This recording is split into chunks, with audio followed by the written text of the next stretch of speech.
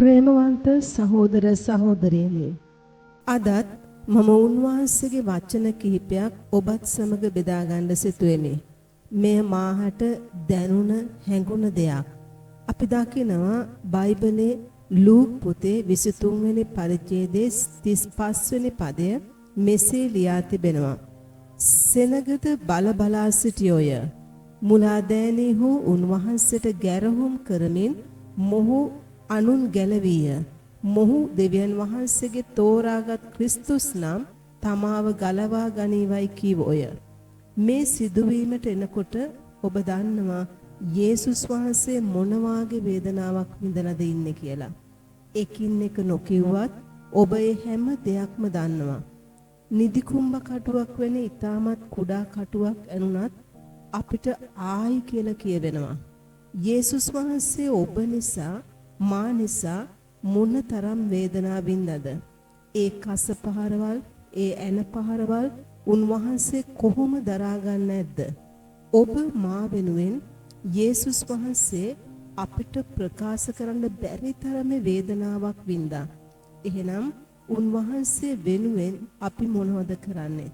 උන්වහන්සේ බලාපොරොත්තුනේ අපෙන් සුද්ධ ජීවිතයක්.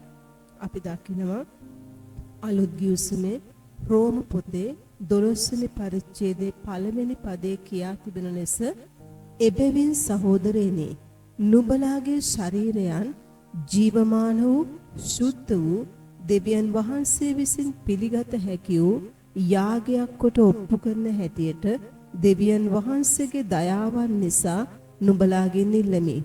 එය නුඹලාගේ ආත්මික සේවය වේ. පාවුල්තුමා යේසුස් වහන්සේට වඩා කියලා මම නිතරම ඔබට කිව්වේ එච්චරට පාවුල්තුමා උන්වහන්සේට ආදරය කරා. ඒ ආදරය කරන පාවුල්තුමා අපට මෙලෙස ප්‍රකාශ කරනවා. අපේ ශරීරයන් සුද්ධ වූ ජීවමාන වූ දෙවියන් වහන්සේට පිළිගත හැකි වූ යාගයක් කොට ඔප්පු කරන්න කියලා. ඔබේ ජීවිතේ පුද්ගලිකව තීරණ ගන්න.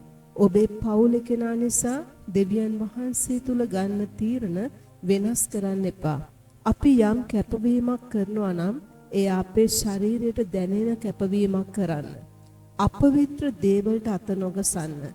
ඔබට හිතනවා නම් මම මේ දේ කරන්න ඕනේ නැහැ. මේ දේ කන්න ඕනේ නැහැ. ක්‍රිස්තුස් වහන්සේ නිසා ඔබ ඒවා තුල පවතින. අනෙක් කෙනාව ඒකට බාධා කරගන්න එපා. දෙවියන් වහන්සේ නිසා නම් අපි යම් තීරණයක ඉන්නේ දෙවියන් වහන්සේකට කැමති. උන්වහන්සේකට ආසයි.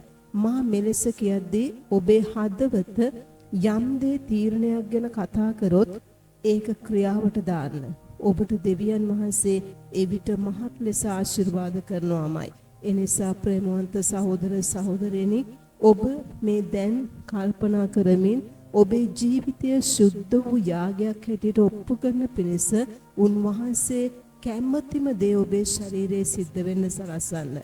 ඔබ උදෙසා ක්‍රිස්තුස් වහන්සේ පමණ වේදනාවක් වින්දනම් ඔබට දෙවියන් වහන්සේ උදෙසා බොහෝ දේ කරන්න පුළුවන්කම තියෙන්න ඕනේ. ඒක නිසා අපට කරන්න පුළුවන් දේ උන්වහන්සේ ආශාවෙන් බලා සිටින අපේ පවිත්‍ර ජීවිතේ නම් අපිට මොනවද ඒ උදෙසා කරන්න පුළුවන්?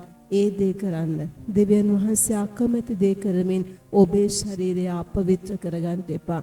ප්‍රේමවන්ත ස්වාමිනේ, ප්‍රේමවන්ත ස්වාමින් වහන්සේ ඔබේ ජීවිතයට ආශිර්වාද කරන සේක්වා. යේසුස් වහන්සේගේ නාමයෙන්. ආමෙන්.